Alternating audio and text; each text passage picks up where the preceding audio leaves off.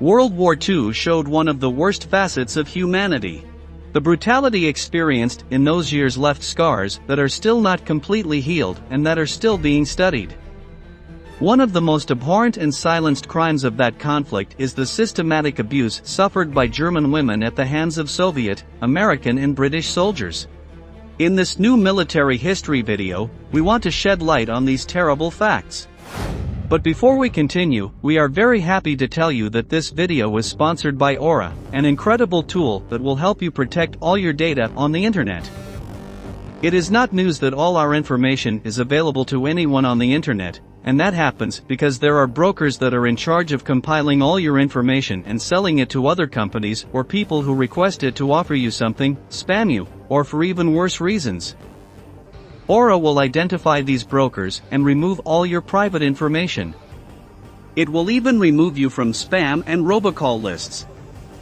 Aura also monitors your emails and passwords to see if they were involved in a data breach and exposed on the dark web and gives you recommendations on what to do.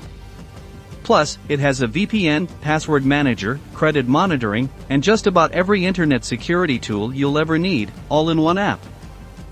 You can register using my code, aura.com/militaryhistory, or by scanning the QR on the screen, and try the application for 2 weeks, completely free of charge. Check how many brokers share your information and don't wait any longer to protect it. You can thank me later, I'll leave the links for you in the description and in the comments. And now, let's continue with today's video. To begin, we want to warn you that in this video we'll be talking about really brutal crimes, with numbers that can be shocking. While those kinds of situations are part of the horror of war, we prefer to warn you about the harshness of these stories. Even so, we assure you that they will be counted with the respect they deserve. During the last year of World War II, as the Allies closed in on the heart of the Third Reich, hundreds of thousands of German women were abused. Subsequent studies indicated that the vast majority of these crimes were committed by Soviet troops, although there are records of American, British, and French soldiers taking part in such acts.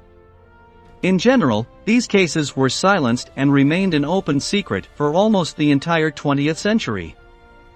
According to historian Antony Beevor, whose books were banned in 2015 at some Russian schools and universities, the NKVD, the Soviet Union's secret police, was aware of these events but did little to prevent the soldiers' behavior. Usually it was the rear units that committed the most crimes against German women. These actions were taken as a patriotic act and encouraged by propaganda. The Soviet writer Ilya Ehrenberg wrote to the soldiers, "Use force and break the racial pride of German women, take them as your fair spoils of war."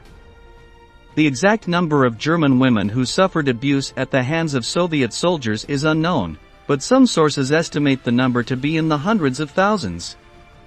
Other more pessimistic figures bring the number closer to 2 million. During World War II, the first records of such crimes within German territory date back to October 21, 1944, when Red Army troops crossed the Angrapa River on the border between Germany and Poland. That same day the Soviets carried out the Nemmersdorf massacre, in which 71 people died, among them many women who, before being shot, suffered all kinds of harassment.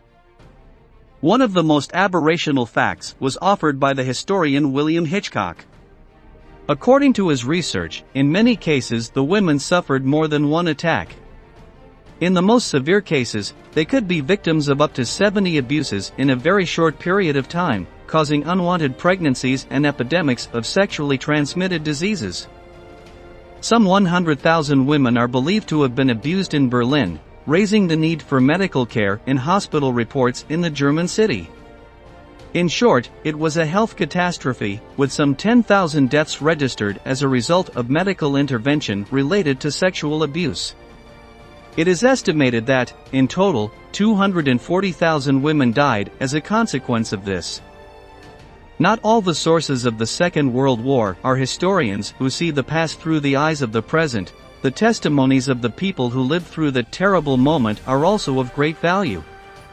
One good example of this is the diary of the young Ukrainian Lieutenant Vladimir Gelfand, who was among the Soviet troops surrounding the German capital in 1945. One of the most shocking passages was written on April 25. The lieutenant was walking along the Spree River when he ran into a group of German women carrying suitcases and old clothes. In poor German, he asked them why they were running away from their homes. The women tearfully told him that at least 20 Russian soldiers had attacked them the night before and had taken turns abusing them. But sexual violence was not a monopoly of the Red Army. American soldiers were guilty of similar terrible crimes, although on a smaller scale. Author J. Robert Lilly claims that there were 11,040 cases of attacks by U.S. soldiers. The most brutal occurred during the U.S. occupation of France after the Normandy landings. Many of the American harassments on German women were mob and at gunpoint, adding a sadistic spice to their crime. From the high command of the United States Army, laws were established against fraternization between its soldiers and German women, but within the force the phrase copulation without conversation is not fraternization became popular, an ironic way of referring to this kind of violence. Osmar White was an Australian correspondent who accompanied American troops during the war. In his texts, he describes how each case was treated depending on the unit. In some cases, the aggressor was identified, tried by court-martial, and punished. The most brutal and sadistic cases received the maximum penalty of firing squad.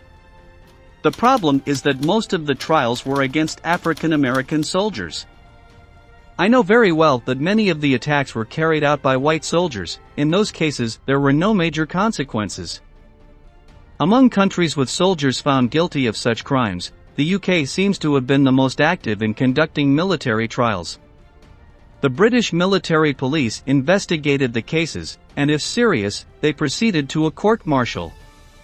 The only problem is that drunkenness and post-traumatic stress disorder were seen as viable excuses to reduce the culprit's sentence, so many British attackers received minimal reprimands. An especially aberrational case is that of the French soldiers, who committed crimes quite similar to those of the Red Army. There are official documents that record the number of attacks in different German towns. The figures range from 300 to 600 cases per region, but the chilling fact is that a few thousand women lived in those places, so a huge percentage of the female population was the victim of these attacks. As within the United States Army, the blame was mainly placed on soldiers of Moroccan origin or one of the French colonies.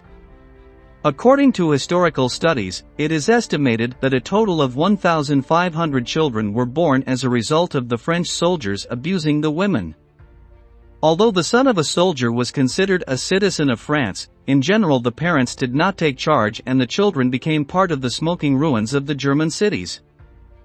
One of the main obstacles to studying these crimes is that for years they were silenced and the testimonies dismissed, as they came from German women who were supposed to be former members of the Nazi Party. There was a notion that since the Third Reich had committed some of the most heinous crimes in history, any kind of revenge on its people was valid. In post-war Germany, especially in West Germany, the stories of these crimes gradually became a central point in the historical debate, generating the most varied opinions.